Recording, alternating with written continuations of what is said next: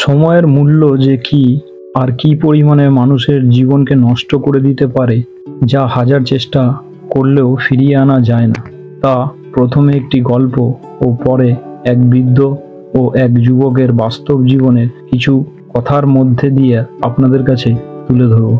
অনেক বছর আগে গৌতম বুদ্ধ তার শিষ্যদের নিয়ে বিভিন্ন স্থানে ভ্রমণ করতেন।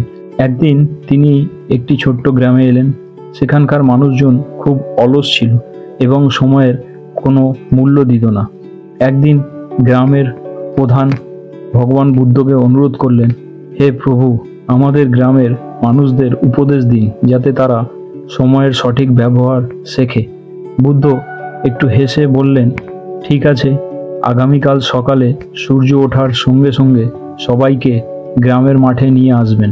পরের দিন সকালে ভোরবেলায় মাঠে সবাই একত্রিত হলেন। বুদ্ধ তাদের একটি গল্প বলা শুরু করলেন। এক যুবক ছিল, নাম তার আনন্দ।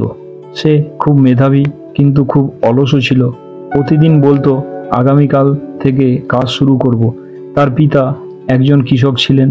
তিনি আনন্দকে বলতেন যে আমার বয়স হয়েছে, দিন কেটে যাচ্ছে, বছরও শেষ হতে চলল, জমিতে কোনো ফসল ফলাতে পারলাম না, এমনভাবে চললে খাবো কি? কিন্তু আনন্দ তার বাবার কথায় বিন্দুমাত্র কর্ণপাত করল না। সে বন্ধুদের সঙ্গে সময় নষ্ট করত দিনের পর দিন। একদিন আনন্দের বাবা অসুস্থ হয়ে পড়লেন। সংসারের সমস্ত দায়িত্ব আনন্দের ওপর এসে পড়ল। তবুও আনন্দ আলস্য ভাব ছাড়তে পারলেন না। দিনের পর দিন এইভাবে কেটে গেল। একদিন দুর্ভিক্ষ দেখা দিল। আনন্দের বাড়িতে খাদ্য নেই, টাকাও নেই। গ্রামের সবার বাড়িতেই হয়তো কিছু অবশিষ্ট খাদ্য আছে, কিন্তু এই বিপদের সময় কেউ তাকে সাহায্য করতে পারল না। কোনোভাবেই গ্রামের কেউই পারল না অর্থ দিয়ে, আর না পারল খাদ্য দিয়ে সাহায্য করতে।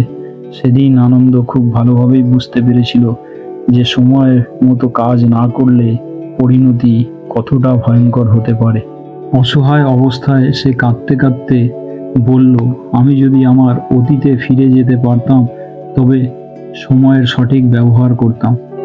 ভগবান বুদ্ধ এখানেই থেমে গিয়ে গ্রামবাসীদের দিকে তাকিয়ে বললেন, এই গল্পটি শুধু আনন্দের নয়, আমাদের সবার।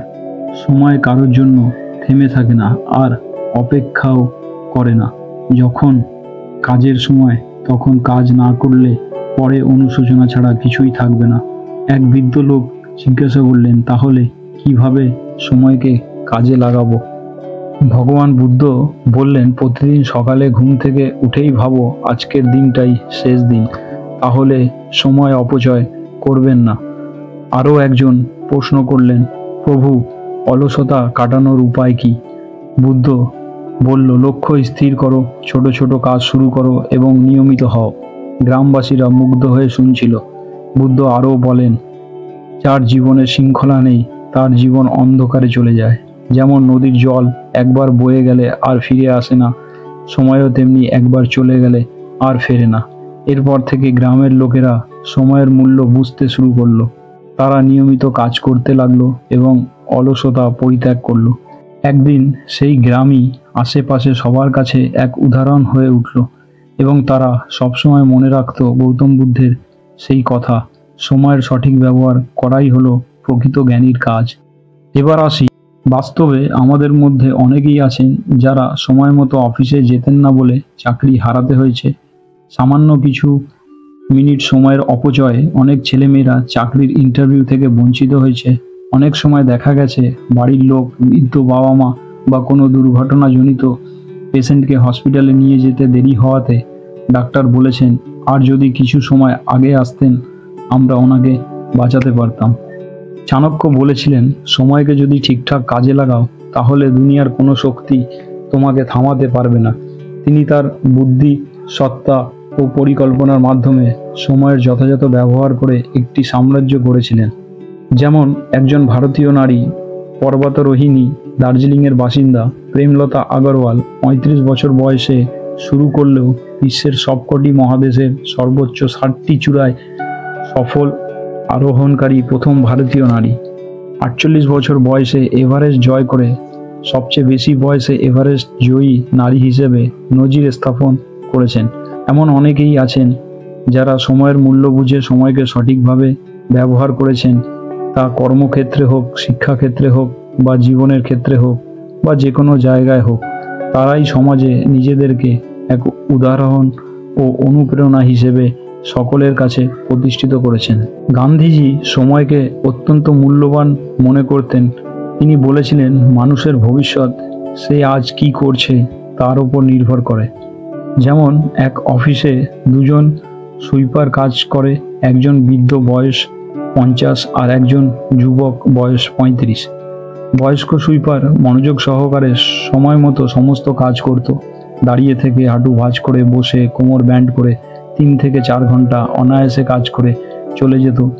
এটা তিনি গত 20 বছর ধরেই করে আসছেন বলে এখনও বৃদ্ধ বয়সে ওনার তেমন কোনো অসুবিধা হয় না। কিন্তু অপরদিকে বছর 35 যুবকের বেশিক্ষণ দাঁড়িয়ে থেকে বা বসে কাজ করতে ভীষণ কষ্ট হয়। কোমর ভাঁজ করে কাজ করলে সমস্যা বাড়ে, কিছুতেই সে কাজ সম্পূর্ণ করতে পারে না। কারণ যুবক এক সময় কাজে প্রচুর ফাঁকি দিয়েছিল। গত 10 বছর ধরে তার কাজের প্রতি অনীহা, সময় মতো সব কাজ ঠিকঠাক না করায় আজ তার এই অবস্থা। এদিকে এক বৃদ্ধ অফিসের সমস্ত কাজ করতে পারছে, আর যুবক পারছে না বলে অফিস এটা মেনে নিতে পারছে না। তাই তাকে প্রচণ্ড বকুনি ও অপমান সহ্য করতে হচ্ছে দিনের পর দিন।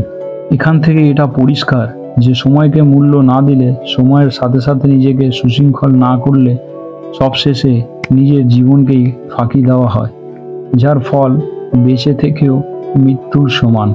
তাই সময় থাকতে সময়ের কদর করুন ও সবাইকে সময়ের কদর করতে শেখান।